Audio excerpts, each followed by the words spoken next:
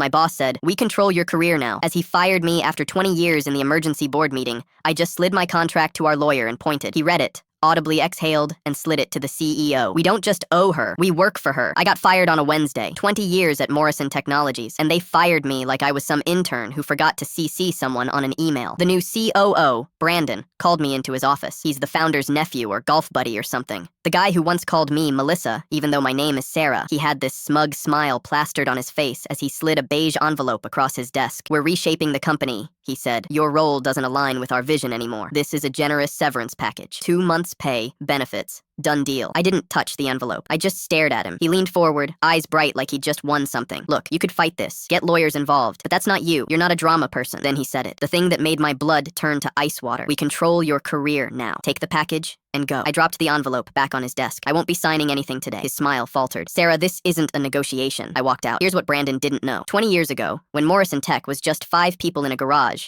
I didn't just join as an employee. I built their entire compliance system from the ground up. Every protocol, every security measure, every piece of infrastructure that made the company actually function. That was me. And buried in the original company charter, on page 47 of a document nobody had read in 15 years, was a clause I wrote, a failsafe, something I hoped would never matter. 2 days after my firing, the company's biggest acquisition deal started falling apart. Their new investors couldn't access compliance records, system permissions were locked, authorization codes weren't working. The whole thing was grinding to a halt. And they were about to lose a $50 million deal. That's when I got the call. Emergency board meeting. I walked into that conference room in Charlotte with one thing. A fireproof folder with a red label that said, "If they ever forget." Brandon was there, sweating through his expensive suit. The CEO, Marcus Brennan, looked confused. The board members were panicking. Their lawyer, Jennifer, looked exhausted. Brandon spotted me. "What is she doing here?" "Security should have—" "I invited her." Jennifer cut him off. Her voice was flat, tired. "We have a problem." Marcus turned to me. "Sarah, we need your help unlocking some systems. There's been a miscommunication about access rights." I didn't say a word. I just opened my folder, pulled out a single document, and slid it across the table to Jennifer. She started reading. Her eyes went wide. She read it again, slower this time. Then she audibly exhaled, this long, heavy breath that made everyone in the room freeze. She slid the document to Marcus. He read it. His face went white. He looked at me, then at Brandon, then back at the paper like it might change if he blinked hard enough. "What?" Brandon demanded. "What does it say?" Jennifer's voice was ice cold. Page 47, Charter B, subsection D. "In the event of leadership misconduct causing material damage, the original architect of enterprise systems is granted temporary oversight authority over all compliance protocols and licensing functions." She turned to face Brandon. "You didn't fire an employee. You fired your owner." The room exploded. Board members started shouting. Brandon's face went from tan to gray. Marcus just kept staring at the paper. Jennifer looked at me. "Would you like to assert your rights?" I folded my hands on the table. "I already have." Marcus finally spoke. "So, we work for her now?" Jennifer nodded once. Sharp, final. "Yes." Brandon was escorted out by security. I stayed. The company I built 20 years ago.